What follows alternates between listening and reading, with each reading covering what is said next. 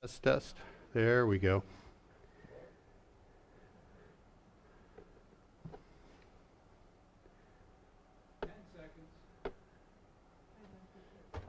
I want to start with Shabbat Shalom, but it's not Shabbat. Blessings and welcome to Adult Education. I am Elder Rusty Simpson. And hello. And can you guys bring the volume down just a smidgen? And tonight we're going to be talking about the Maccabean Revolt and the origins of Hanukkah. We have here in the next 3 Tuesdays, including this one, we will be looking next week at Antiochus Epiphanes, his manifestation as the lesser of the Antichrist, the foreshadowing of the Antichrist, and then looking also in the connection to the ultimate Antichrist in conjunction with the Maccabean Revolt. And then when we get to actually trying to do 2 mouses at one time, still not that talented. Then when we get to Tuesday, December 8th, we will be celebrating and talking about how to celebrate Hanukkah both at home, the things that we do with the family. We'll go over blessings, how to light your menorah, all of the details and some of the traditions and the things that we look to try to understand the holiday and to celebrate it. All righty. So, first question would be, how do you spell Hanukkah? Well, the short answer to that is if you spell it in Hebrew, it comes out the same every single time. And that's with a chet, kaf, I gotta get these two synchronized.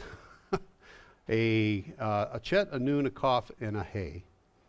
However, if you're spelling that in English, there's a lot of different varieties of combinations that you can use in order to put that together in a transliteration that would work. And you can start with an H, you can start with a CH, next letter is going to be an A, then it can be a single N or a double N, a U, a single K or a double K, and then an A or an AH. So there's a lot of different ways to spell Hanukkah.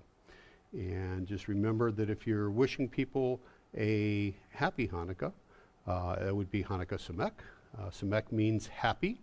Hanukkah obviously means Hanukkah, which is in English would be translated as dedication.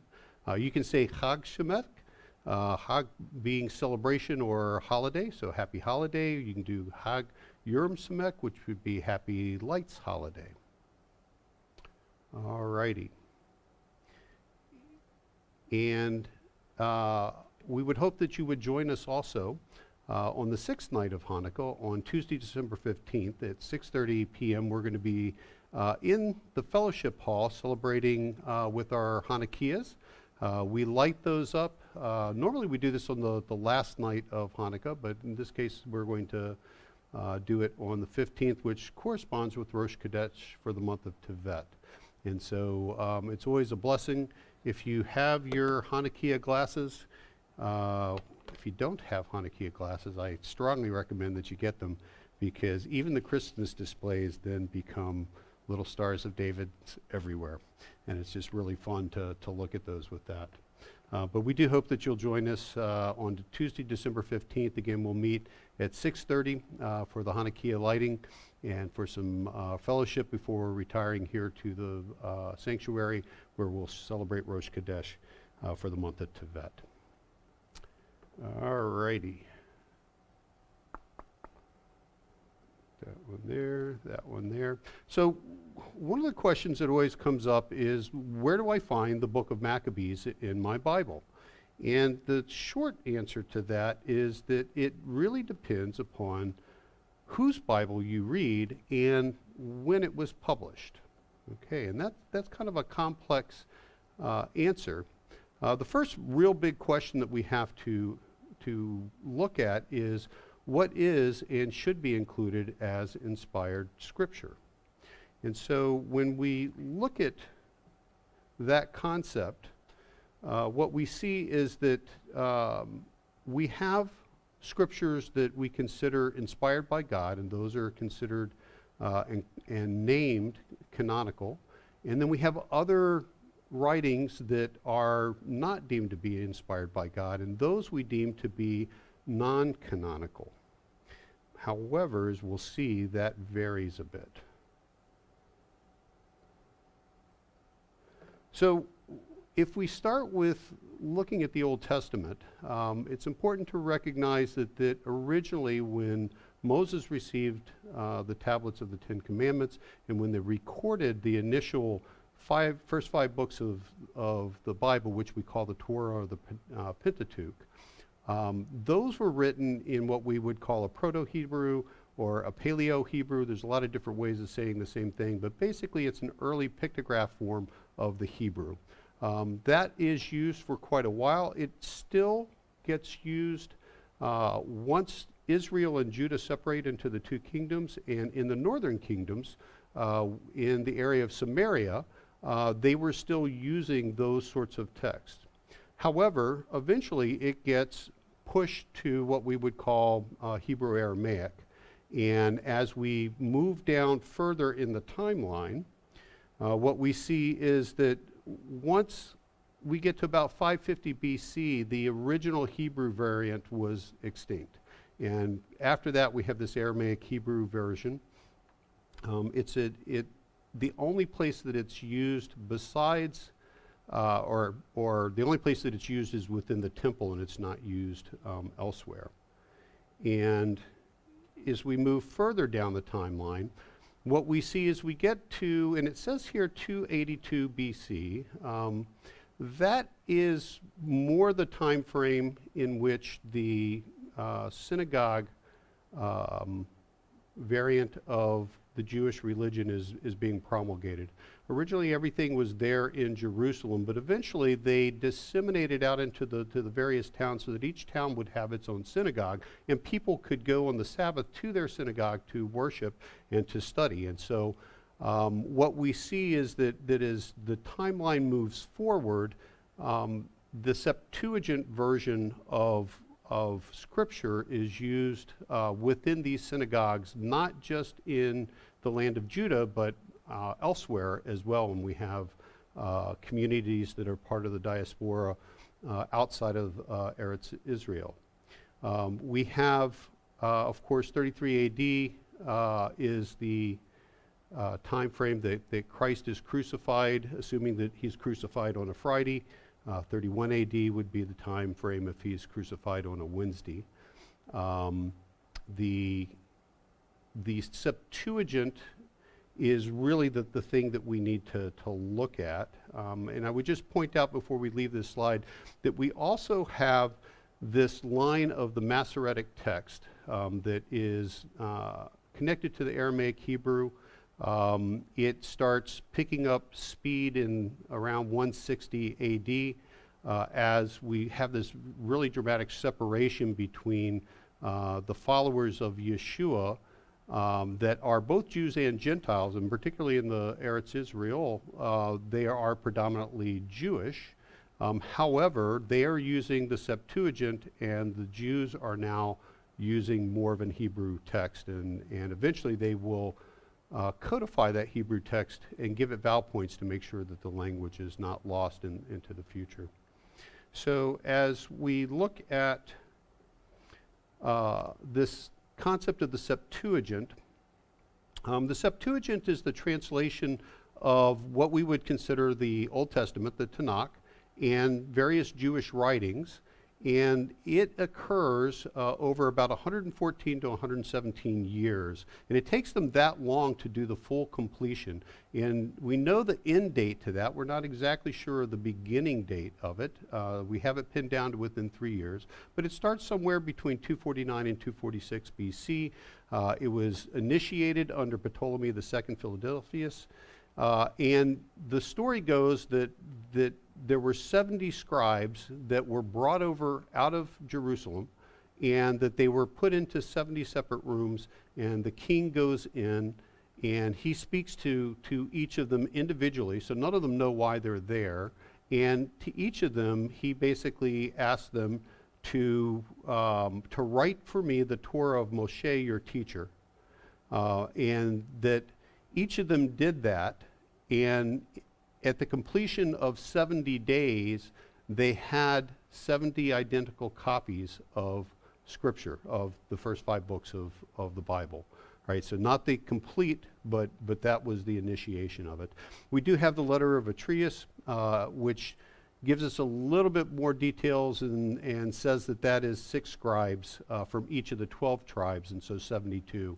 But the number Septuagint is tied to that concept that there were 70 scribes. And in fact, in the Roman numerals, that would be an L, an X, and an X, which is commonly how we tend to talk about the Septuagint and to notate it in shorthand. So again, they ended up with 72 or 70 identical copies of Torah, of the Pentateuch.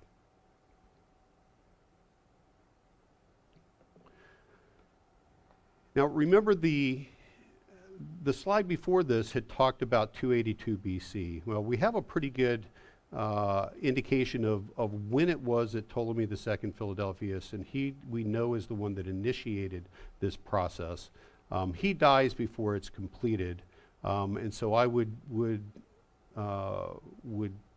say that the 282 is a little early for the Septuagint. However, it is in that time frame, and it becomes very important, because as these documents get disseminated into the synagogues, we have now the dissemination of Scripture across a broader area, and that allows us to have more copies, which actually helps us in the long run. Well, what about our English Bible? Where does our English Bible come from? Well, this is a pretty busy slide. On the right-hand side, that spiderwebby sort of thing that you're looking at are the various ways and interconnectedness of various copies of the Septuagint. And you'll notice that the Septuagint, I've circled it in red, but also given it a green line. It included the apocryphal books. Right? When they finished writing the Septuagint in 132, there were a number of different works that don't show up in most of our modern translations of the Bible. And so that apocryphal writings, again, when we're looking at this, these are the earliest copies really that we had or have had for many years. When we move forward and look at these other texts, there were other texts that were also copies of the Septuagint that we know were related to the ones that we can identify as the earliest copies that we have, and that are related to eventually the copies from which the Masoretic texts are created. Notice too that the Vulgate, which is the Latin translation of the Bible, also is derived from the Septuagint source of the Bible. And all of those included these apocryphal works. The Masoretic texts. Now, also note the dates. We know that somewhere between 249 and 132 BC, we have the Septuagint coming into its fruition, and then copies are being made thereafter. The Latin Vulgate dates to 382 to around, that's when it was initiated by the Pope, who told St. Jerome to start writing a Latin version from the Septuagint. And he used both the Septuagint and available Hebrew texts. And he completes that around 410 AD. But we're on opposite sides of Christ. And then your Masoretic texts are completed in the forms that we have them today by about 950 AD, and they started that process around 500 AD. So we have stuff that we tend to look at the Hebrew, but the Hebrew actually is younger than what the Septuagint is. Well, what about the Dead Sea Scrolls?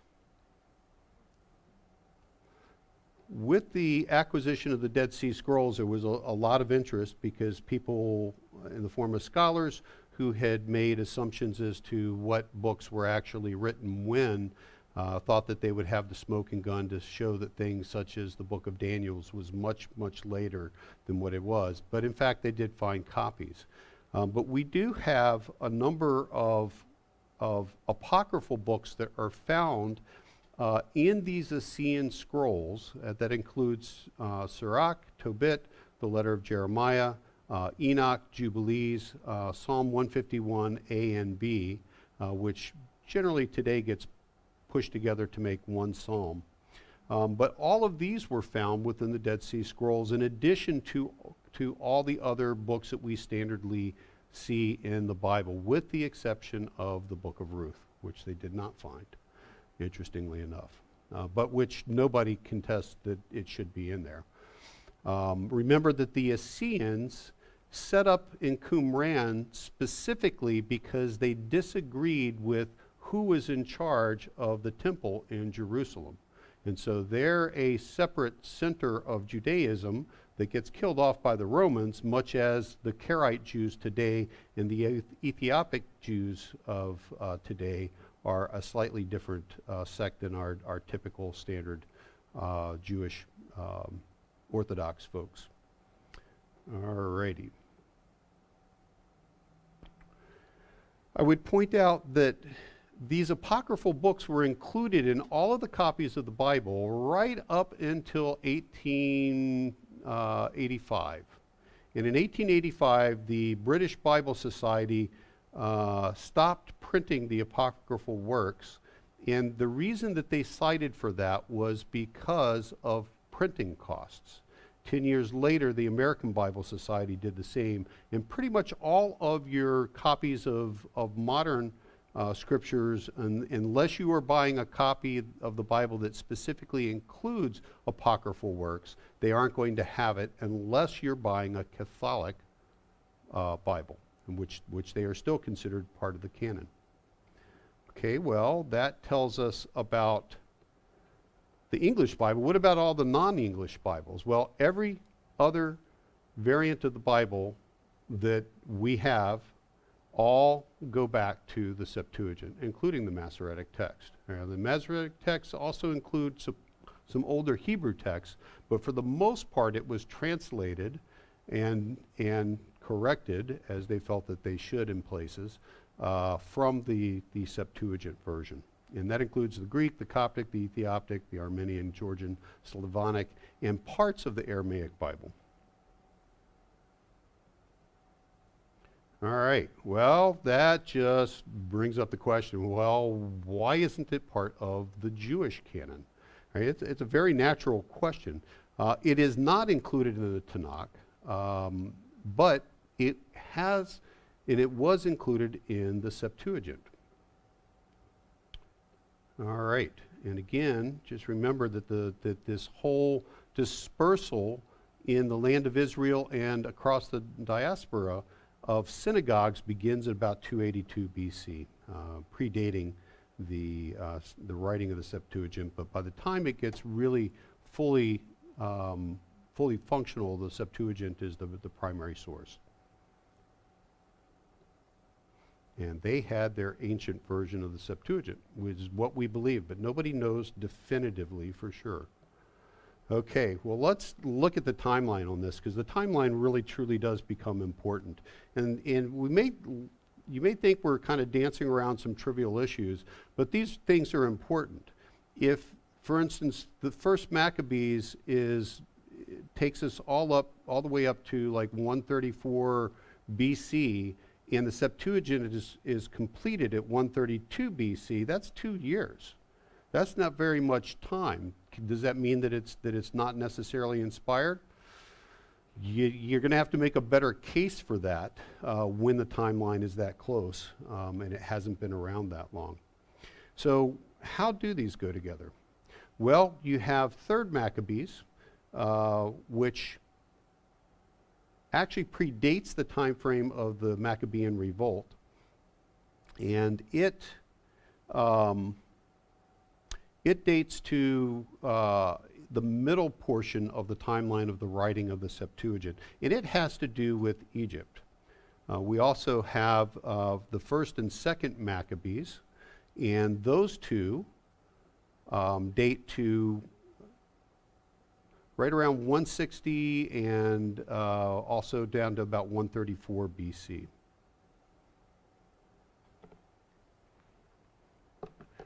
Try that.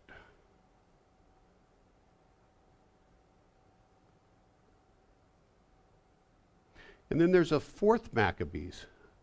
And you'll notice that the covers of these are specific. First and second Maccabees is specific to the Jews. The third Maccabees is specific to Egypt, and the fourth Maccabees is really much more of a Greek text than it is anything else. And we'll talk about that a little bit more here in a second. All right, well, we still have to answer that question of why the Maccabees are not included in the Tanakh. It's important to recognize that in 70 AD we have the siege of Jerusalem. And at that time, we have the Roman general Vespasian. He allows Rabbi Joanna ben Yakkai, and he was the leader of the Pharisees. Remember, we have Pharisees and Sadducees at the time of Christ and thereafter. It's 70 AD that the Sadducees cease to exist because they end up, for the most part, getting killed off. So we have this writ that they are given. They literally are allowed to leave the siege, and to leave the siege with their possessions. Not only that, but they're given a letter that allows them to go to the coast, to the Roman city of Yavne, which was on the coast in Eretz Israel, but it's it's a Roman settlement, and they're given the right to set up a settlement there. And not only do they get to set up a settlement, but they are permitted to open up a new center of Judaism, and they are allowed to reconvene the Great Sanhedrin. Now, they will do that, of course, minus the Sadducees, because the Sadducees were not allowed to leave, and they will be killed off there in the destruction of the temple and the sacking of Jerusalem. And this is really the beginning of rabbinic Judaism. It's important to recognize that the Judaism that we have today comes from the Pharisees. Okay, and that has some important implications, both in beliefs in the afterlife versus no belief in the afterlife. The Sadducees and the Pharisees did not see things eye to eye. Okay, well,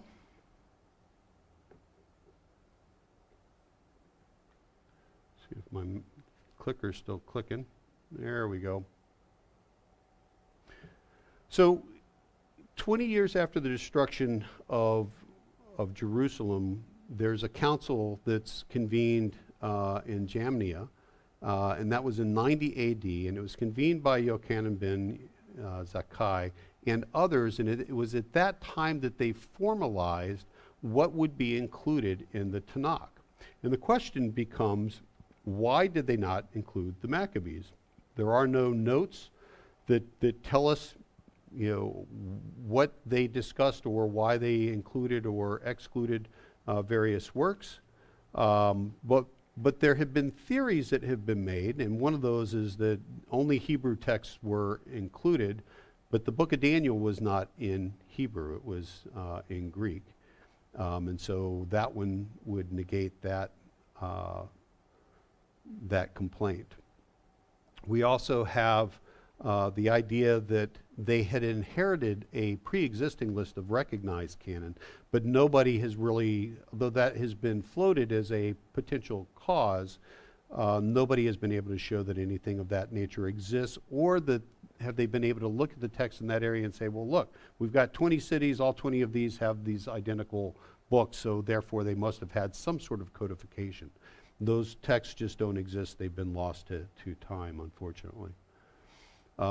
We have the concept that there was a political rivalry The Sadducees, the people who get killed off in 70 A.D., these were the Hasmoneans, right? These were the people that descended from the Maccabees, and they stood in opposition to the Pharisees. And of course, at the Council of Jamnia, the Pharisees are the ones that are there, but the Sadducees are not represented. You have the question of political correctness. Rome rules, right? They were given a order from Vespasian to vacate the city, to take their possessions, not to have any of their stuff taken, and to set up housekeeping in another city. Do you include books that inspire Jewish rebellion and autonomy against Rome in your list of canon? That's a tough issue. And then finally, we have the concept that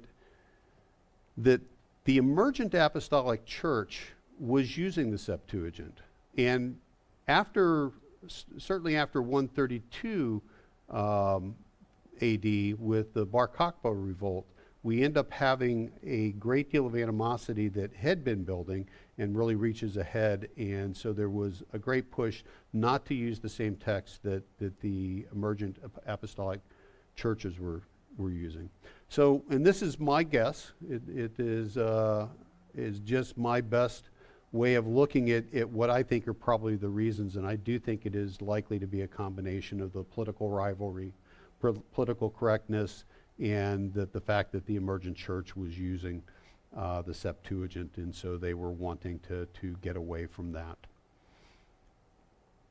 All right, well, remember that we had the Masoretic text, which is going to get written between 500 to 950 AD, and as we look at that timeline, again, that's going to be well after the time frame. Again, that Bar Kokhba revolt becomes really important. It only lasts 6 years, and at the end of that, we have basically a more of a permanent diaspora and a permanent prohibition against Jews being able to be in Jerusalem that's put forth by Rome, and they are spread out across the world. So when we look at that question of should it be canonical or should it not be canonical, it's also important to recognize that this is our Western way of looking at things. We like things to be either or. It either is or it isn't. It either is inspired by God or it isn't. However, there are other ways to look at this. In fact, the rest of the churches across the world are really more associated with the Oriental Orthodox and the Eastern Orthodox. And from their perspective, it's a gradation. And so, though many of us adhere very closely to the concept that Scripture is inspired, and so in my English version it may not be exactly word for word what God said, there's enough of it there to actually convey what it is that God was saying to us, even if we don't get it exactly right? If there was only one way to do it, we wouldn't have probably upwards of 20 different English translations in our modern era, right? So, but the Eastern Orthodox and Oriental Orthodox, they look at this from a very different and more of a mystical view, and it's a gradation. Some things are clearly completely non-canonical, not inspired by God, but other stuff have pieces that are and pieces that aren't, all embedded in the same documents. So when we look at what is considered canonical, and now we're just restricting ourselves to 1st Maccabees, 2nd Maccabees, 3rd Maccabees, and 4th Maccabees. The Jewish tradition and the Protestant tradition line up pretty well on this, and mostly because of Martin Luther. Martin Luther worked from the texts that were both Greek and also from the Masoretic Hebrew text, and of course the Masoretic Hebrew text didn't include them. So he's looking at that going, well, I don't see them in the Hebrew text, so I'm not really sure that they belong there. When you look at the Oriental Orthodox, the Eastern Orthodox, the Roman Catholic, and interestingly, the Ethiopian Jews, they are there, and they are considered canon, right? And that's interesting. Everybody has a slightly different variation. We have 66 books in our Protestant Bibles.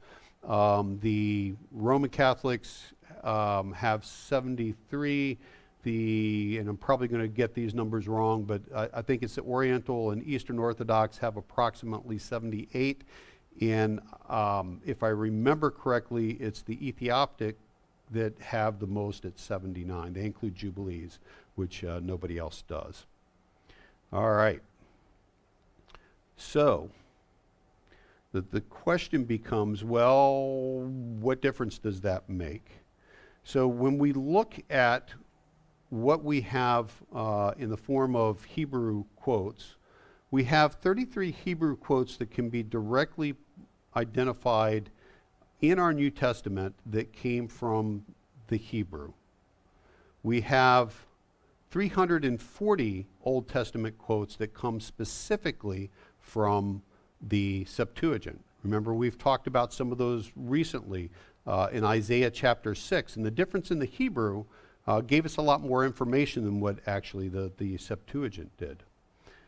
Okay, well, there's also folks that have been doing work to look at the rest of what is quoted within the New Testament, and what they have found is that they can identify 332 apocryphal quotes in the New Testament.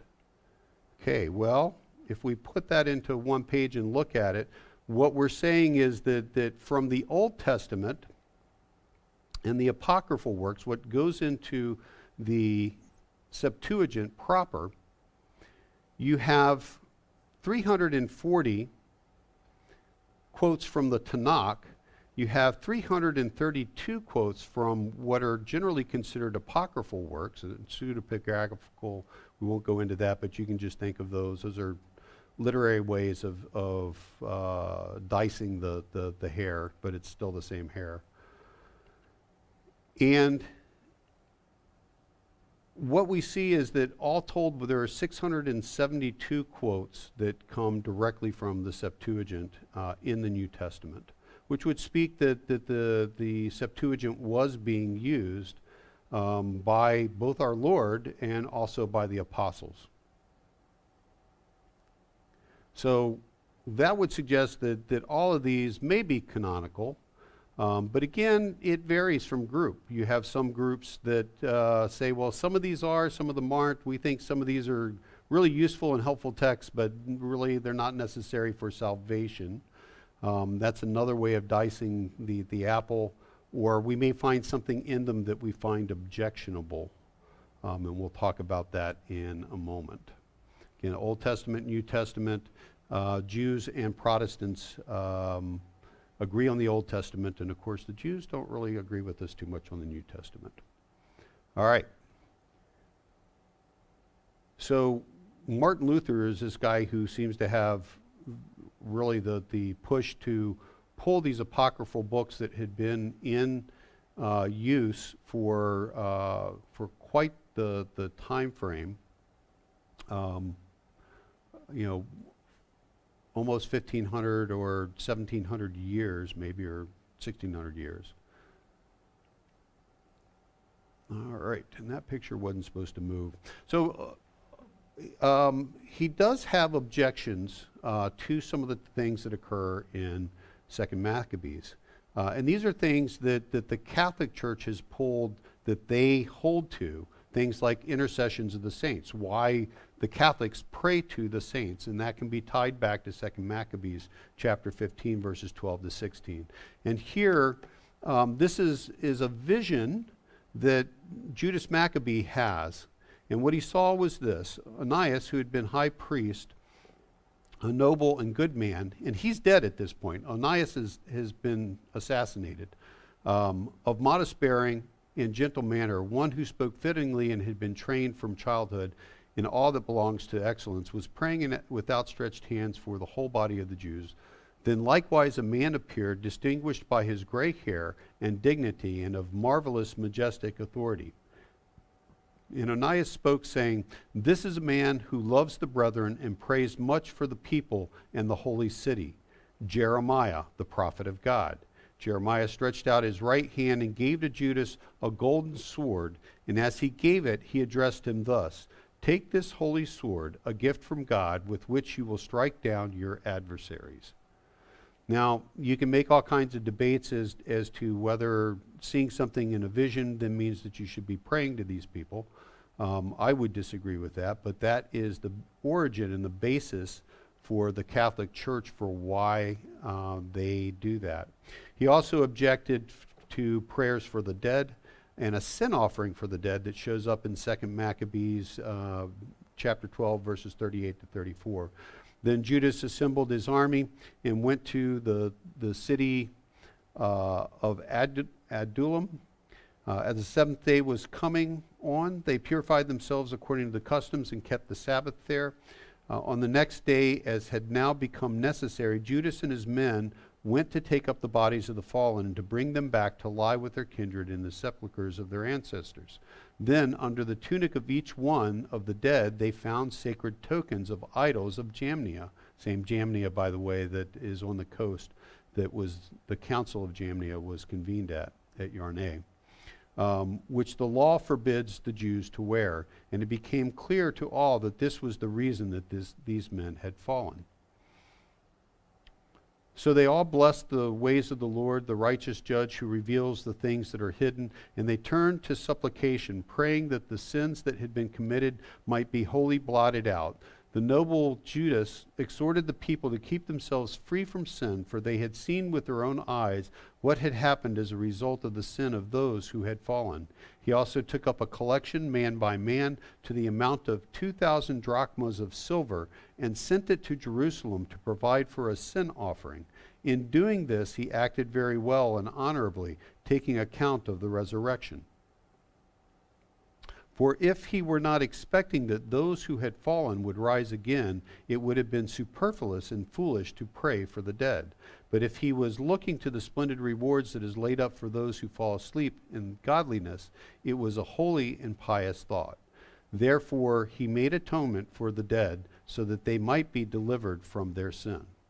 Okay, and again, I would say that a careful reading of that, and we would probably need to look at it in the Greek to really get a full understanding of this, that just because someone is praying and doing something in hopes that they might be delivered doesn't mean that they are. Again, I think we would have to see the Greek, and I have not been able to look at that. So when we look at these Jewish writings in the form of the Maccabees, again, some of them are considered deuterocanonical.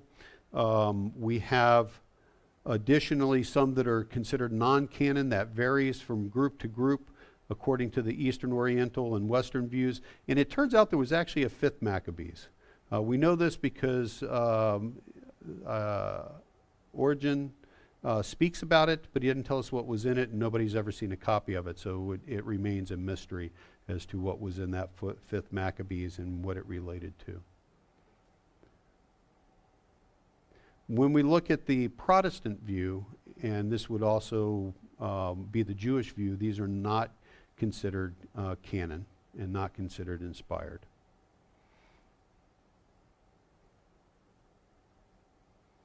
All right.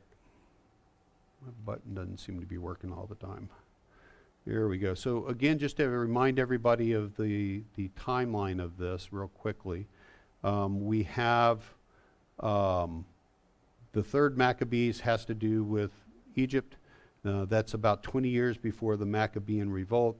You have first and second Maccabees, which covers the time of the revolt. The second of which is only covers through to about 160, or maybe a little less, 163. The first Maccabees covers all the way down to about 134. And then we have the fourth Maccabees, which is more of a synergistic work, which dates to the late time frame of the Hasmonean period. All right, so we have, and I'm not going to talk about it more. If you want to read Third Maccabees, it's an interesting read. There's a revolt in let me back off of revolt. There is great pressure placed by the Egyptian people upon the Jewish community there. They start persecuting them, and it is that book is about the persecutions that they go through and their deliverance by God. And that's all I'm going to say about that. And then we have First and Second Maccabees, which is about the Maccabean revolt, and the Fourth Maccabees, which is as well, but from a very different perspective. So when we look at these, really the thing I would have you remember is that First, Second, and Third Maccabees, if you wanted to distill it down to a nutshell, it's Shema unto Adonai your God, and to listen to what he says to do and to do what he says. Keep the covenant, keep the law.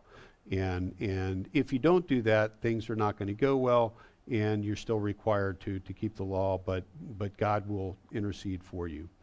In the case of Fourth Maccabees, this is really a combination of Greek thought and Jewish thought, and it's trying to synergize those two together to come up with something that matches both. And I will just tell you absolutely positively, do not do that. You can't bring other things in. God is who he is, and he is the same yesterday, today, and tomorrow. So if we look at what Jewish society was like at the time of the Maccabean revolt, it's important to recognize that those that were part of the Pharisees, these folks were, again, disseminated across Israel, but also in Jerusalem.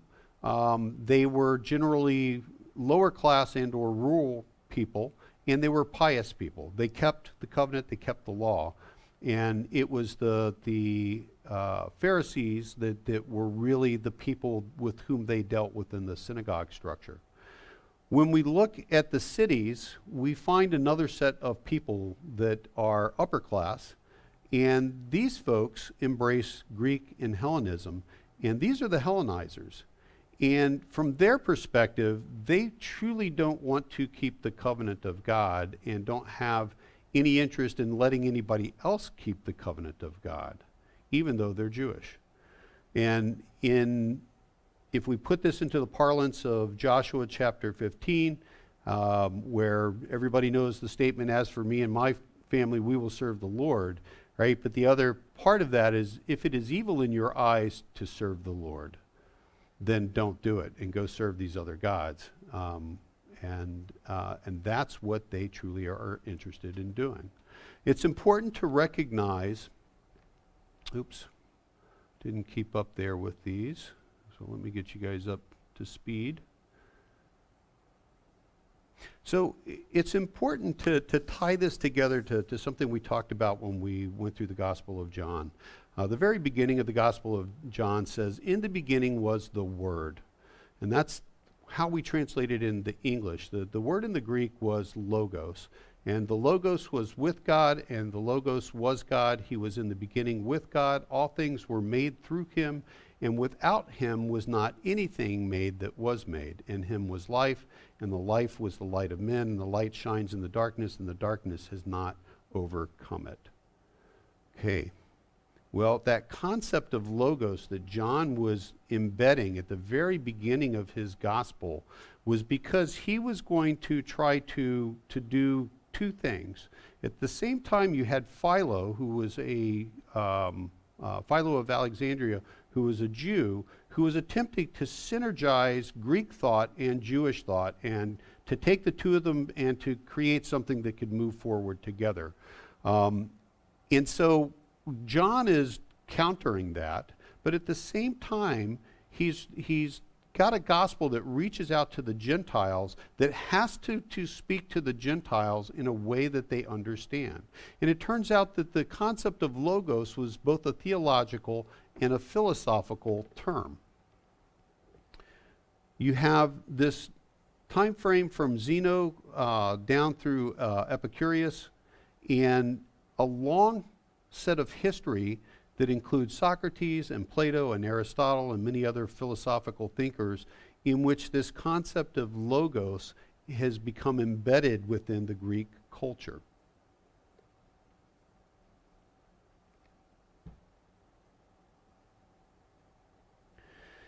And it's important to recognize that the Greek culture introduced a systematic way of thinking and investigating the world and the world of ideas, but it also was humanistic. It was man-centered, and that was their worldview.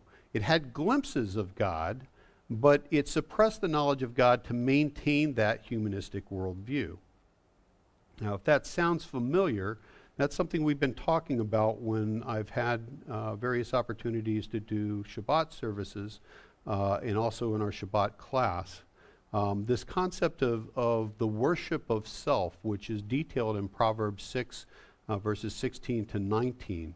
And we know from Romans that it's not that people can't see God, but that they suppress God, because what they can know of God has been made plain to them. That's what Romans tells us in chapter 1. And that they have no excuse, that they have indeed been suppressing the knowledge of God rather than just not knowing about God. All right, and this worship of self goes, it's been part and parcel of where we've been since the fall, but it really gets ramped up within the Greek culture.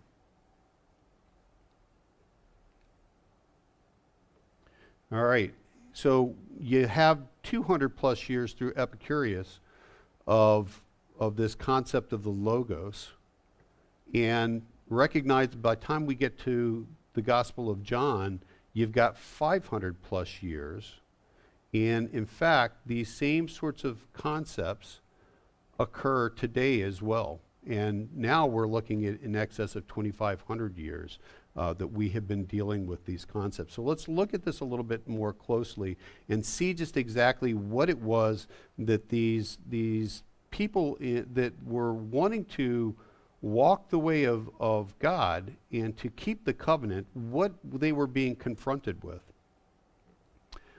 Well, it's Heraclitus that coins the term logos, and if logos sounds like logic, that in fact is the closest English word that should have been translated. And it's this concept of reason. For him, it was a principle of order or seder and knowledge or truth that permeated everything. And again, it was a theological term, but it was also a philosophical term. When we get down just a few years into Zeno, who introduces Stoicism into the Greek world, they understood it as the account which governs everything. So as we look at what the Stoics believed, they were monists, which means that they believed that everything derived from a single reality. They understood the logos as the universal law that guides everything. They saw that every man is a spark of divinity. And they also understood that everything is God or parts of God. So from that standpoint, they're pantheists. God is in everything. They viewed that the cosmos was rigidly deterministic, and interestingly, even though rigidly deterministic, they believed in free will, that man had free will and complete free will within that rigid structure. I'm not going to go into how they viewed that, but they looked at these things, and what they truly thought was the highest good in life would be virtue. Right, and Plato and Aristotle bring these things out. Aristotle, of course, being the one who trains Alexander the Great. When we get to Epicureanism, Epicureanism rejects the concept of logos completely. They are believing that the world is made up and everything is made up of atoms. They believe that the gods, man, and everything, doesn't matter what it is, everything is made up of that. And they do not see that the gods interact with man in any form or fashion. And so from that standpoint, they are atheists or deists, and scientificism, which we deal with even to this day, derives directly from them. Additionally, they believe also that the cosmos is rigidly deterministic, and yet they still hold that there is complete free will. And from their standpoint, pleasure not from the hedonistic standpoint, but pleasure that reaches the sweet spot of minimizing the pain and maximizing the comfort, and is what they're really looking for when they talk about pleasure, and that would be the greatest good. And their motto really is eat, drink, and be merry, for tomorrow we die. So, all right, so how does that so my slides are not working the correct way. Well, let me, on the upper right-hand corner of your slide, you've got, because this is really important to understand, what these people who were pious, who wanted to keep the law, that wanted to keep the covenant of God, were dealing with.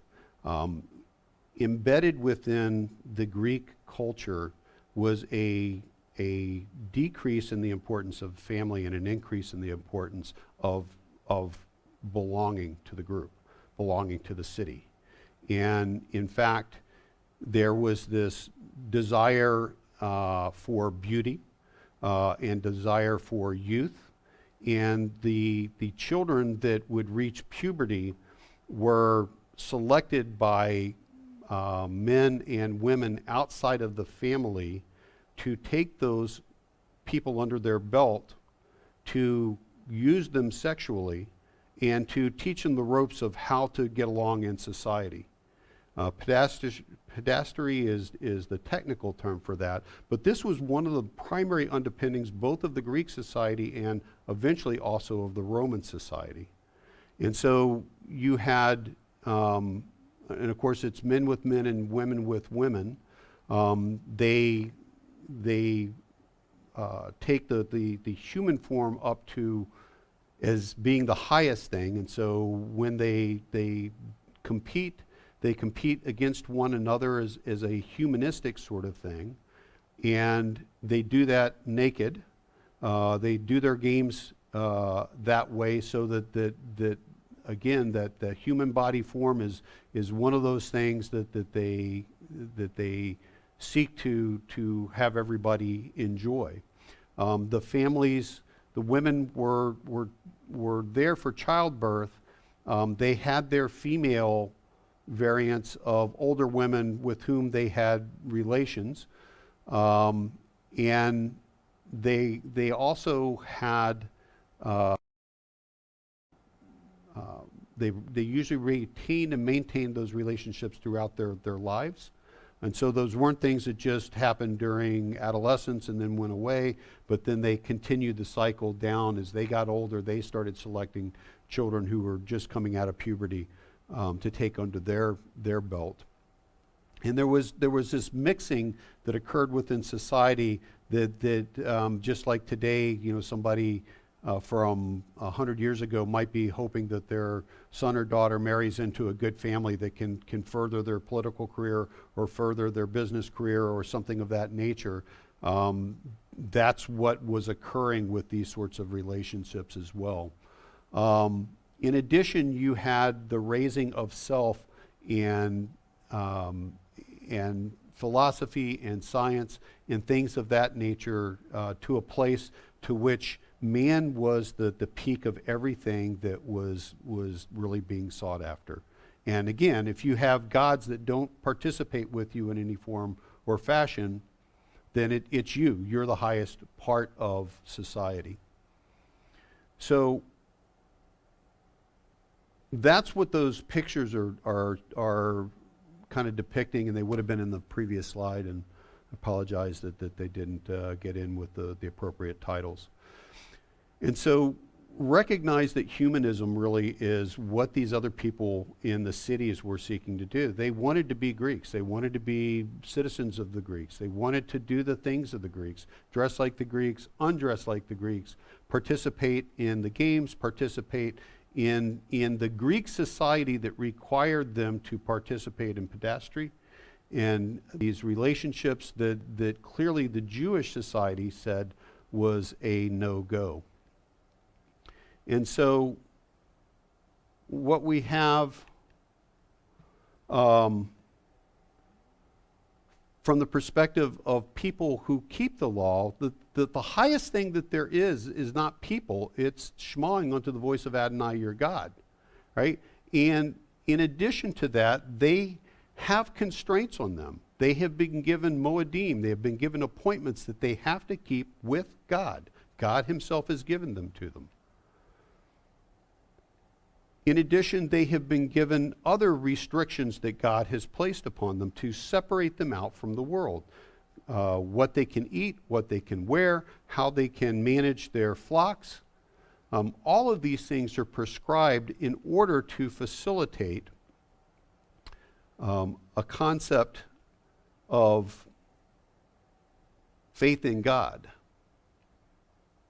And additionally, not only did they take one day out of 7 off to devote to God for Shabbat, which the Jews did without thinking about it, but the Greeks felt was very offensive to them, but they also kept the Shemitah, right? And we see that several times in the Maccabees because the time period is long enough that comes into play.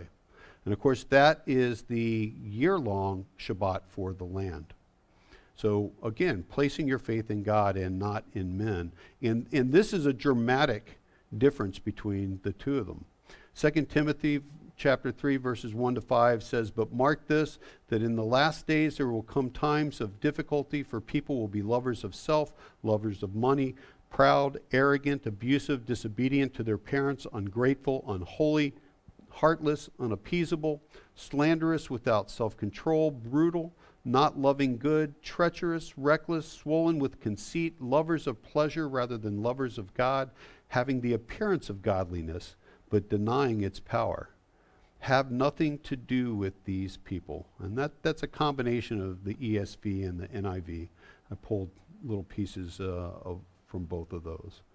And really, this is what sets the stage for the Maccabean revolt. You have this just dramatic conflict between what Greek culture demands of its people and demands that the Jews conform to in what it is that God has said that they should be doing. All right. So if we look at 1st and 2nd Maccabees,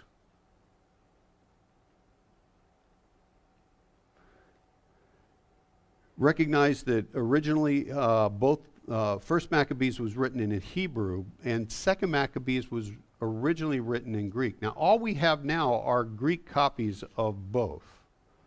But it becomes very apparent that what is in 1st Maccabees is a translation of Hebrew into the Greek. And there are very easy ways to tell that, and that's a very well accepted understanding. 1st Maccabees was written from the perspective and for the perspective of those who were in Eretz Israel.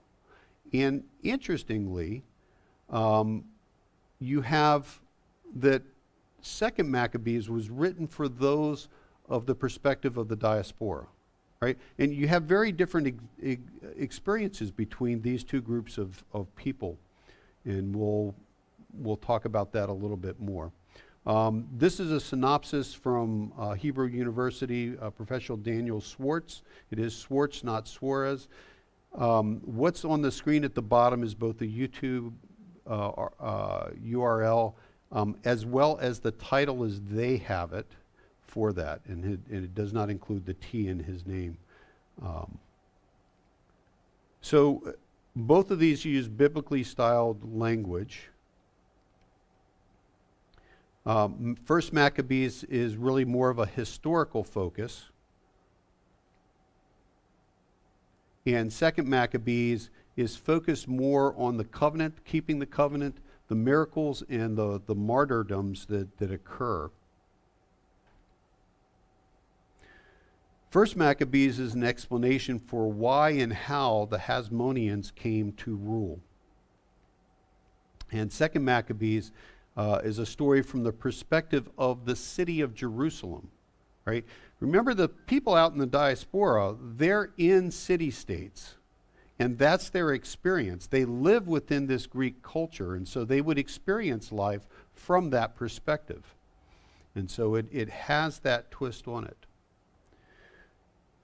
Within First Maccabees, Professor Schwartz claims that Jews are not sinful and that the foreign rulers are always evil. And I would disagree with that. The focus of First Maccabees is on Judas Maccabee, his brothers, and his group that are fighting against the Sadducees. And they are all people who are keeping the covenant and keeping the law.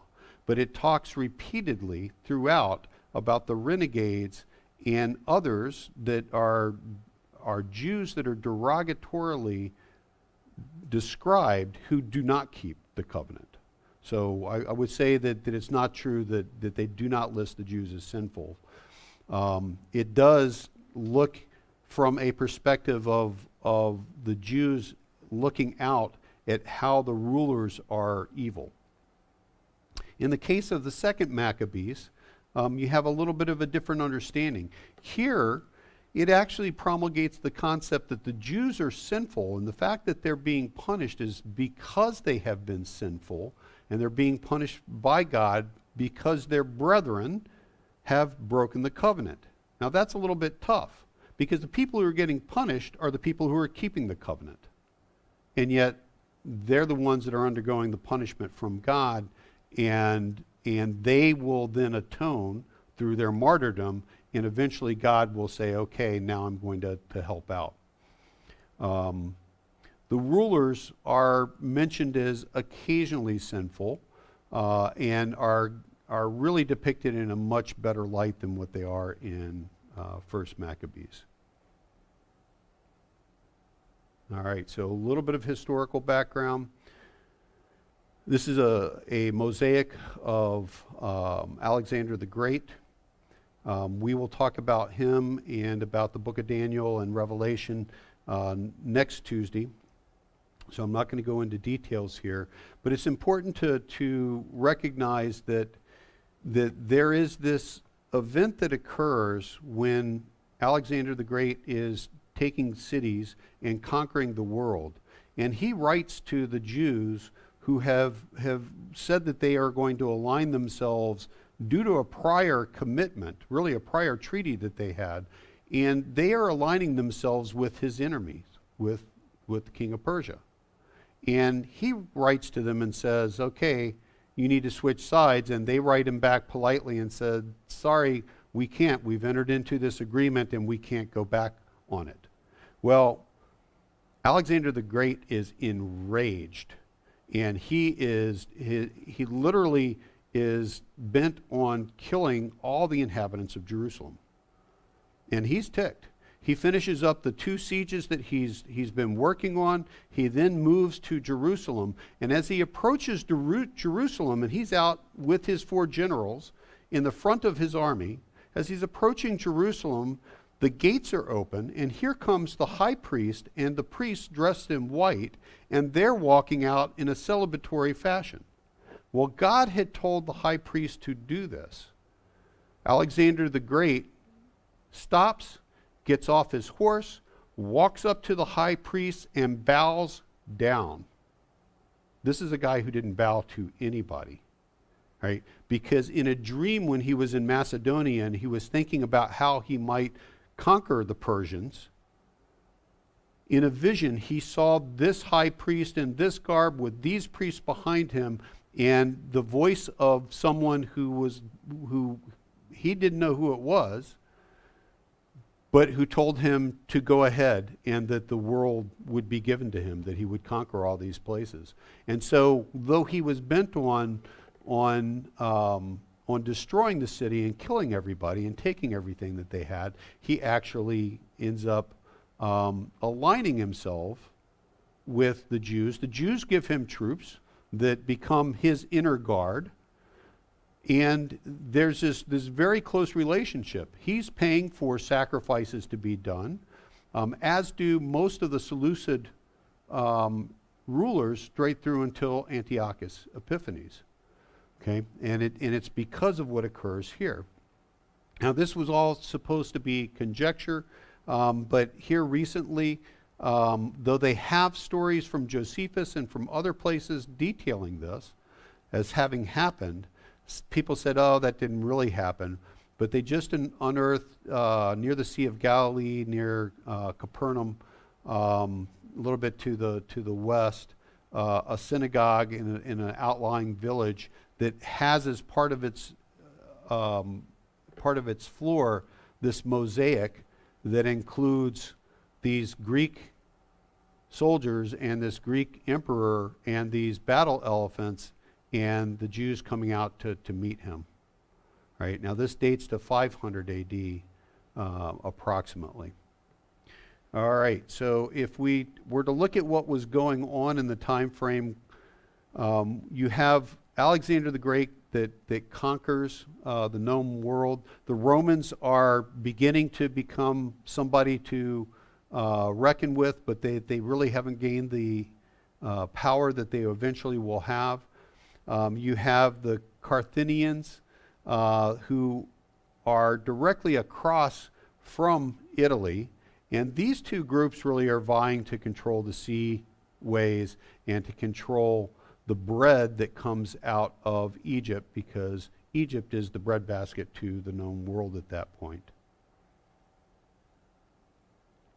So we have a number of different Seleucid rulers. We get down to Antiochus III, the Great. He's called the Great because he reconquers all of the known territory for the Seleucids that Alexander the Great had had.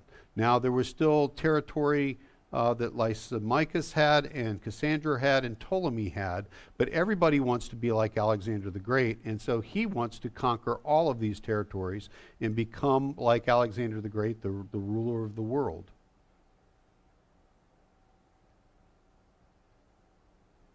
He has several children. Seleucid IV is Philopator is his oldest. Mithridates is his youngest son, and Cleopatra the First of Syria is his daughter.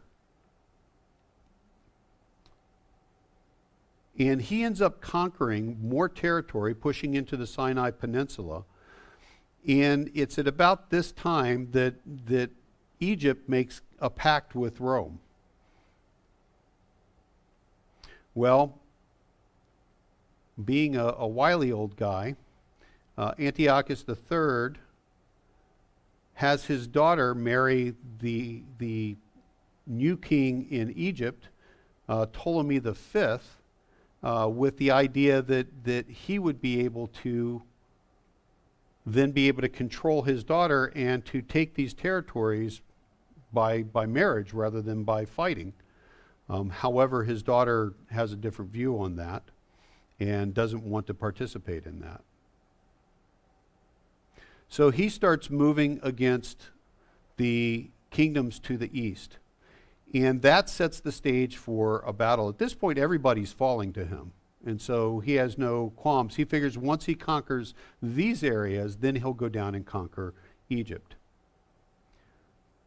Well, as you can imagine, the Romans, who had already aligned themselves with these smaller states, come to the aid of these states that are being attacked by Antiochus the Great. And likewise, the Carthaginians have aligned themselves with Antiochus III. So Hannibal of Carthage actually aligns himself with Antiochus, and they think this is going to be their opportunity with Antiochus III to defeat the Romans, who they outnumber about 6 to 1. And that was the ratio of the armies of combined armies of Antiochus versus the Roman armies. And they've got battle elephants. However, what ends up happening is that these much smaller groups of Romans end up defeating Antiochus handedly, not once, not twice, but 3 times, and eventually cause him to enter into a peace treaty in 188 BC. And in that treaty, An heir of Antiochus III would be held as a hostage in Rome. That's going to be Mithridates, who eventually is going to rename himself as Antiochus IV. He's the youngest son. You also have the Seleucid Empire is required to pay an indemnity yearly to Rome. And Antiochus III had great difficulty raising those monies to pay Rome. And so he begins raiding the temples in order to secure the wealth to pay Rome. And in fact, while he's in Susa, in a successful raid on the temple there, he is stabbed in the back and he dies there, which leads to the rise of his son. All right. So Antiochus Epiphanes ends up coming home. That sets the stage for Antiochus or Seleucid IV Philopator, and when he takes the throne, it's during the time of Onias III, who is the high priest of Jerusalem, and he is a very pious priest. He's known as one of the best priests of all time in his piety, and the saying is, as is the high priest, so goes the people. And so the people were pious as well because he was pious. However, the influences of the Greeks are going to come to bear. You have this individual by the name of Simon who desires to take over all of the buying and selling of animals and control the marketplace, and he petitions Onias to do that. That would basically give him control over the economy in Jerusalem. And Onias, knowing that Simon is a crooked individual, refuses to allow him to do that.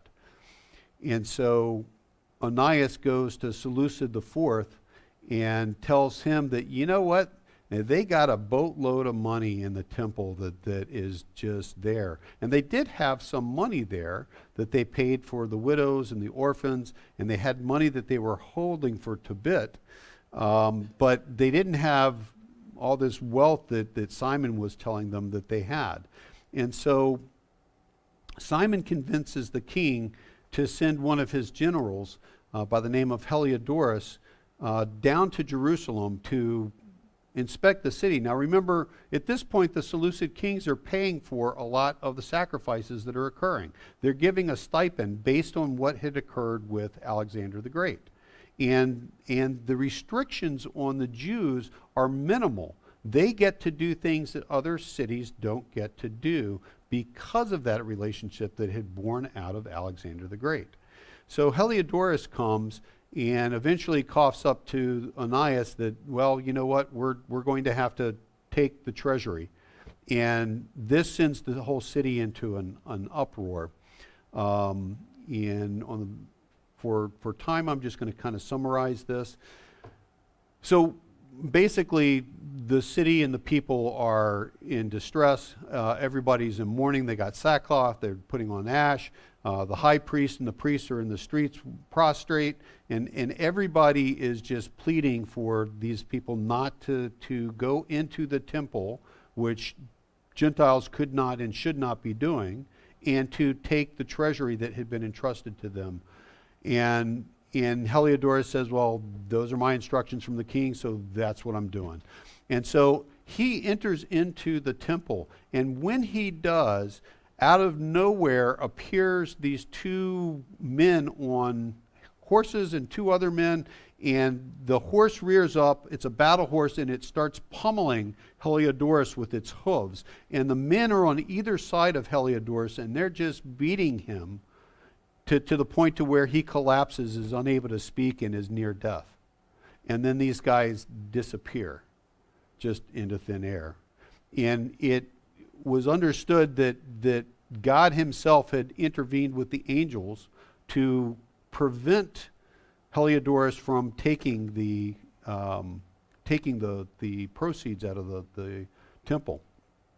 And so at this point he's dying, and Onias goes and prays to God for him that God would heal him so that he doesn't die, and so that the worst people are not sent to Jerusalem to take the treasury. And on the basis of Ananias' prayer, the two guys who had been beating him show up and return his health to him and tell him specifically, the only reason that we're doing this is because Ananias interceded on your behalf, and we are restoring your health because he prayed for you. So Heliodorus goes back to the king, and the king says, where's the money? And Heliodorus says, can't get the money. You're not going to get the money. And he's like, well, okay, if you can't get it, who should I send? And Heliodorus tells him, choose somebody that you hate, that you want dead, because if you send them down to the treasury to get the money, they will die. And he says, and I'm not going back. So that's the story of the expulsion of Heliodorus.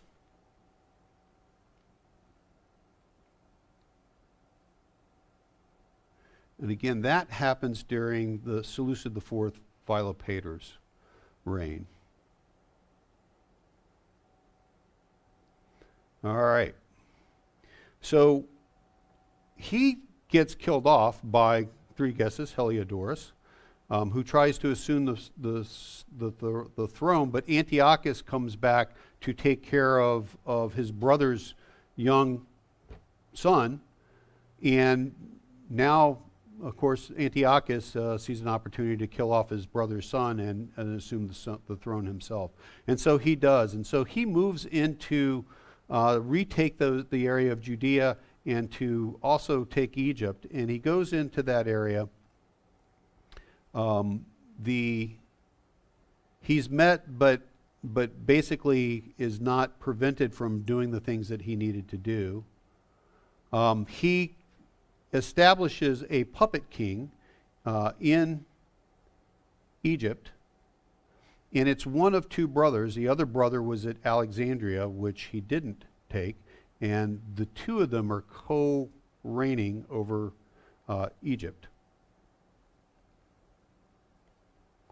So it's in this time frame, Onias III is still around, that Onias's brother, who is one of the Hellenizers, decides that, you know what, I think that I can convince the king to give me the high priesthood.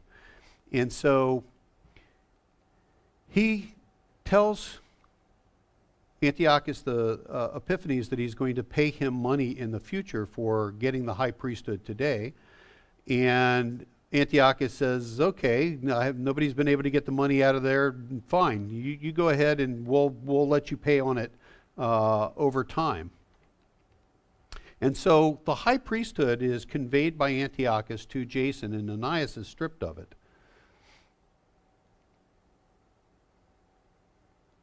Additionally, he's allowed to raise taxes and to use the proceeds to establish gymnasiums. And again, the gymnasiums are the primary place that they meet for the bathhouse, for the conducting of business, for the sexual pleasures that they were going to have in and outside of, predominantly outside of marriage, with same sexes.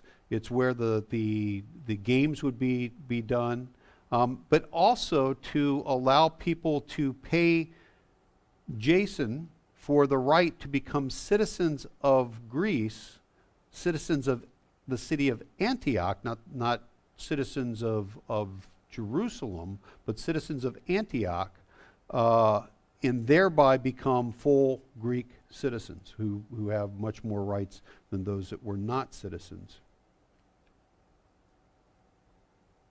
So 2 Maccabees talks about this time frame in this nature. Because of the unrivaled wickedness of Jason, the ungodly and illegitimate high priest, the craze for the Greek way of life and for foreign customs reached such a point that even the priests lost all interest in their sacred duties.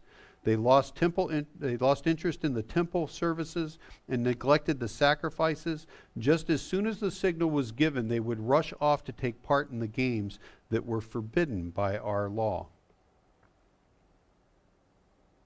They did not care about anything their ancestors had valued. They prized only Greek honors. And this turned out to be the source of all their troubles. For the very people whose ways they admired and whose customs they tried to imitate became their enemies and oppressed them.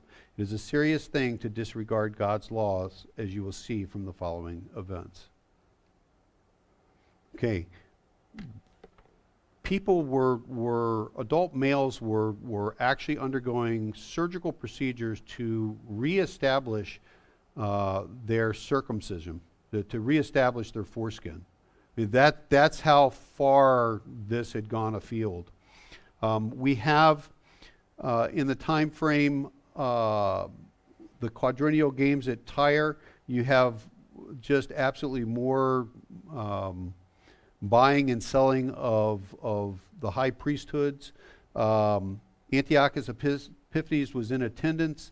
Envoys were chosen. Jason chooses the envoys, and he sends them off to give 300 silver drachmas for the sacrifice of Hercules. And interestingly, they used the money instead to buy ships, to buy triremes, tri-hulled ships. And Menelaus, the brother to Simon, the same Simon who had tried to get Seleucus to go in and get the money from the treasury that resulted in Heliodorus's pummeling, his brother Menelaus is sent down there with the money. And he says, oh, good opportunity. He says to Antiochus Epiphanes that, well, Jason said he'll give you a certain amount, I'll double that, and I'll gladly pay you Wednesday for a hamburger today. Of course, he gives him nothing, but he gets the priesthood. Menelaus is a very hot-headed, and he doesn't pay. So this starts a whole lot of issues. The commander of the citadel that was stationed at Jerusalem is called to give an account, and he drags Menelaus before Antiochus Epiphanes as to why no payment has been made now that he is high priest. And they leave. Antiochus heads out to deal with the revolt that's going on in the area of central Persia. And Menelaus has left his brother Lysimachus in charge, and Crates was the commander of the Cyprian troops at Jerusalem. He gives Talus and Malus, which are two of the Greek city-states, Tarsus, and Malus, to his concubine, and this causes the cities to go into revolts. Concubines, close personal relationships with the people that they were concubines, but everybody else looked at them as people who were not trustworthy. And so for those cities to be given to the concubines was a great disgrace. Menelaus starts stealing the vessels out of the temple to fulfill his debt. Onias finds out about it and travels to the safety of Daphne near Antioch and publicly starts speaking about the theft that Menelaus is doing. Andronicus has been left in charge while Antiochus is dealing with the revolt. And Menelaus meets with Andronicus and urges him to kill Onias III. And he actually travels to Daphne, eventually convinces Onias to come out of the safety of the temple. And once he steps off the temple grounds, he is killed by Andronicus. And when Antiochus Epiphanes gets back, he actually strips Andronicus of all of his clothes, marches him around the city to the spot where he killed Onias, and kills Andronicus because Onias was said to be such a great man. Alrighty. So all of this theft coming out of Jerusalem, and they were stealing from the surrounding areas as well, starts really agitating the people. Lysimachus arms 3,000 men to attack the people at the temple, and they fight back, basically picking up whatever happens to be at hand. And Lysimachus, even though his folks were armed, ends up on the short end of that, and a lot of people end up getting killed, including Lysimachus. The Jewish Senate sends 3 men to bring charges before Antiochus about and against Menelaus regarding all of these attacks and the thefts. A problem is Menelaus is going to bribe one of the judges who's from the area of Egypt, and that judge convinces Antiochus to go ahead and rule in Menelaus' favor, which means that the 3 guys that were sent are killed, because whatever fate you were trying to get for the person you're accusing, you end up suffering yourself. I think sometimes our justice system might be better if we did that as well. Menelaus is acquitted, the 3 men are executed, and the people of Tyre are just absolutely outraged. But Menelaus keeps his job as high priest. So that brings us into the question of, when is a line in the sand not a line in the sand? Remember that Antiochus has been dealing with revolts. He's had problems in Jerusalem. He really wants to acquire that area that is Egypt. And he set up a puppet ruler there, and he's already plundered it once. When the Egyptians start rising up again, and he's called back down into the south to deal with the king of the south. Problem is that the Romans, this time, they show up, but not the way that Antiochus or that I'm sure the Egyptians were expecting.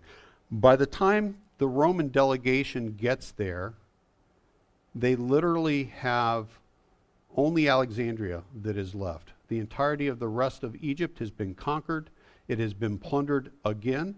And Antiochus is about 3 miles outside of Alexandria, and his troops are marching in.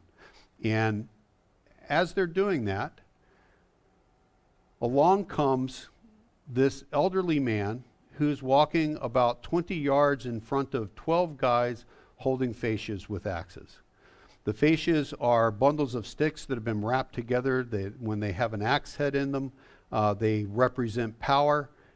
And these are the folks the Romans sent. There's nobody else. There's no troops. There's nothing. The fascias, anybody who remembers their mercury dimes, they're on the back of the mercury dimes. If you look during state addresses, you'll see them in the Senate chambers on either side of the Senate chamber walls. They're listed there because they are symbols of power. So what happens at this point is that this elderly man literally walks up to the head of the army and calls for Antiochus Epiphanes to be brought forward. Well, Antiochus Epiphanes is way back in the thing, so it takes a few minutes. The whole thing grinds to a halt. Everybody stops.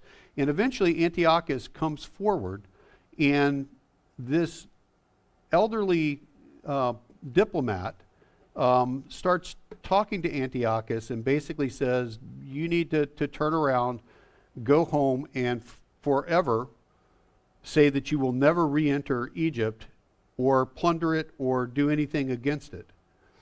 And Antiochus looks at him and he says, well, let me go talk to my advisors and I'll come back and I'll give you an answer.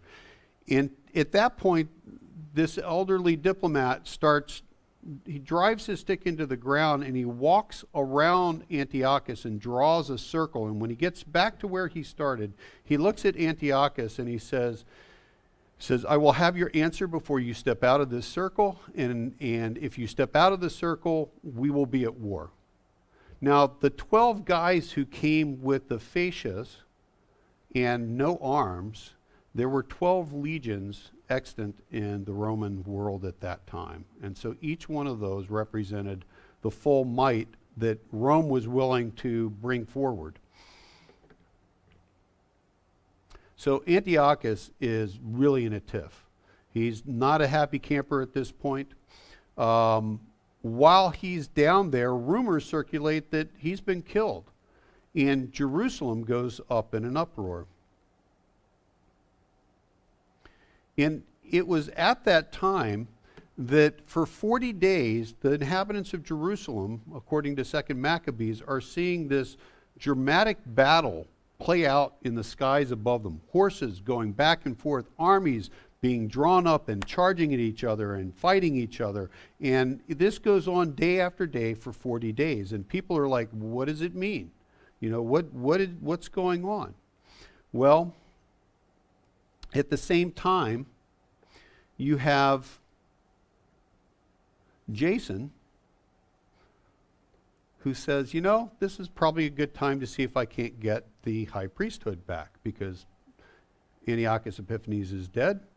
And so he then raises an army and starts fighting within Jerusalem. Initially, the people are with him because Menelaus has been such a terror to the people. But eventually, even the people turn on Jason as well. And so in the midst of all this, Antiochus Epiphanes comes back, and he is not in a good mood, to say the least. And he has his troops go into Jerusalem, and they kill 40,000 men, women, and children, and they enslave another 40,000 women and children just out of the gate. And it's at this time that he sets up in the holy place the statue of himself, and then sacrifices a pig within the temple and hangs the entrails all over everything, splashes the blood all over everything, sets up an altar, and desecrates the temple of God.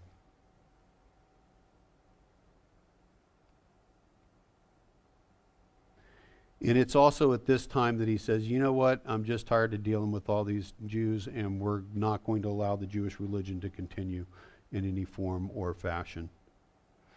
And so it's in this time frame in 2 Maccabees that we start hearing about the martyrs.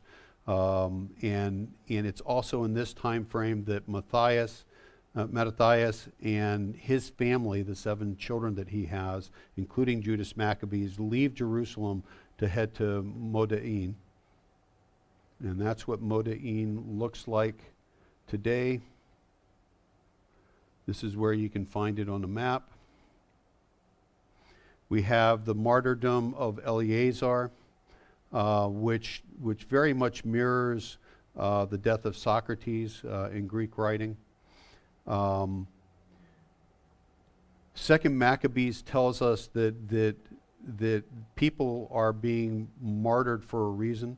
And it says, now I urge those who read this book, and this is from chapter 6 of 2 Maccabees, not to be depressed by such calamities, by the martyrdoms, but to recognize that these punishments were designed not to destroy, but to discipline our people. In fact, it's a sign of great kindness not to let the impious alone for long, but to punish them immediately. For in the case of other nations, the Lord waits patiently to punish them until they have reached the full measure of their sins. But he does not deal in this way with us, in order that he may not take vengeance on us afterwards, when our sins have reached their height. Therefore, he never withdraws his mercy from us. Although he disciplines us with calamities, he does not forsake his own people. You have the story of the martyrdom of Hannah and her 7 sons. And I won't go into the details of that either, but as a synopsis, all they have to do is just take a little bite of pig's flesh, and he'll let them off. But they refuse to do so. And one of the things that they point to is that really the Greeks could do nothing to them. They could torture them, and they did in very graphic detail for Hannah and her sons as to how they tortured them before killing them. But their response is, there's nothing that you can take from us that our God can't give back to us. He will resurrect us. And so, no, we're not going to violate the covenant that we have entered into with him. You have these details of the various soldiers that are dying at the hands of Judas Maccabees. And remember that the army that Antiochus has is a trained army. It's a standing army. And what Judas Maccabee has are mostly farmers and other people They may be zealous for God, but they should not have been a match for battle-hardened troops. All right, let's see. So Judas Maccabees is left a couple of times with only a handful of troops. Like, they look at the armies that are coming against them with these battle elephants eventually, and they're like, yeah, I think we're just going to go home. And his men whittle down to almost nothing. And what he does is he just reminds them that their cause is just. That freedom to worship, freedom from oppression, freedom to adhere to the Torah, and that the desecration of the temple and the murders of the innocents that has occurred is more than enough for God to be on their side and to be with them as they continue to keep the covenant. He reminds that Sennacherib, that God killed 185,000 without the Israelites having to do anything, and reminds them that the 8,000 Jews that were sent with Alexander the Great, that were troops from Israel, that were his guard, went up against 120,000 in Galatia and killed them, right, without losing anybody. That God is with them and they don't need to really worry. Let's see. There we go. So they keep racking up these really large wins. They kill 9,000 of Nicanor, Timothy, and Baccharids, greater than 20,000 dead.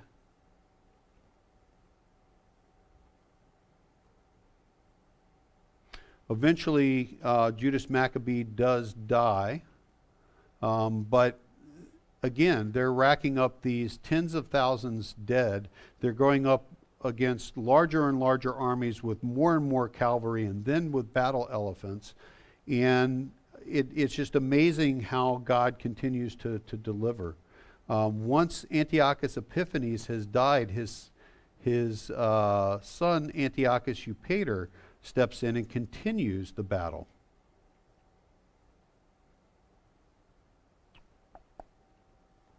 So I'm not going to go through the details. But again, some of these armies were huge. We have 110,000 when Lysias invades with Eupator, 5,300 cavalry, 22 battle elephants, 300 chariots with scythes, which were the knives on the wheels, which would just slice people up as they would run the chariots through everybody. And they managed to rout these folks time and time again. So some of the themes that we have from the Maccabean revolt, certainly choose this day whom you will serve, the push to keep the covenant, to do what is right, what God has commanded, to shema by faith with right judgment. There's a lot made by the secular biblical scholars who look for opportunities to say, well, this can't be real, or these people are hypocrites. And they point to the fact that early on, when the righteous people had fled from Jerusalem and fled from their towns, they literally went into caves along the Galilee to try to hide. And what the Seleucids did was to send their armies on the Sabbath to enter into battle with these people. And of course, these people chose not to lift a hand, and they literally were slaughtered, every man, woman, child, and livestock. And in the first encounter, there's more than 1,000 of them that are put to death. And Judas Maccabee rightly discerns that yes, we're supposed to keep the Sabbath holy. We will not enter into a battle, but if they come to us, we will pick up the sword and we will fight. Right? And even rabbinics, even though the today's progressive rabbinics point at this and say, well, these guys were all hypocrites, right? They still would say that if you come upon somebody who has fallen into a pit, you're supposed to help them out. The Torah is very clear. It's not a black and white. You have to decide moment by moment what is the most important thing. And life is always the most important thing, whether it's your own or whether it's somebody else's. right? And so you can't commit suicide by lack of battle. But again, the secular biblical scholars and historians like to point to these things. The theme of the world trying to stamp out the ways of God, right? And we talked about the culture clash that occurred in this and how really severe it was. And even when the Jews sought to do the things of the Greek, when it came down to brass tacks, the Greeks didn't care, right? They took it out not just on those that were pious, but they also took it out upon those that were trying to emulate the ways of the Greeks as well. And then we have the concept of Antiochus Epiphanes as a type of the Antichrist. And that's where we're going to stop. We're going to pick up with that concept. We're going to talk next week about Antiochus Epiphanes and about the book of Daniel and the book of Revelations, about the history, about the way that the scholars today would say that these things, the book of Daniel, the book of Maccabees, all of these things were written after the fact rather than before the fact, and we'll look at the evidence that we can supply to suggest strongly that indeed they truly were written before and truly were prophecies. We'll also look at a place within, and again, the scholars that are secular, they like to look with their secular glasses, and basically they're looking for anything that doesn't fit. So all of these prophecies that absolutely nail it on the head, they say, well, they just basically looked through history and wrote down what happened and published it after the fact. But then when they get to something that hasn't occurred yet, they say, see, they got this one wrong. So we'll look at those as well. And again, that'll be next Tuesday. The following Tuesday after that, we're going to look at the celebration of Hanukkah. We're going to talk about how to do that within our homes, how to light the Hanukkahs, how many candles you need, the typical foods that we eat at this time of the year, the typical games and celebrations that we have. It's a very joyous time frame, particularly if you like jelly donuts like I do. So, and latkes. Yep, absolutely. So join us again next week, and we will pick it up with Antiochus Epiphanes and the Antichrist. Blessings.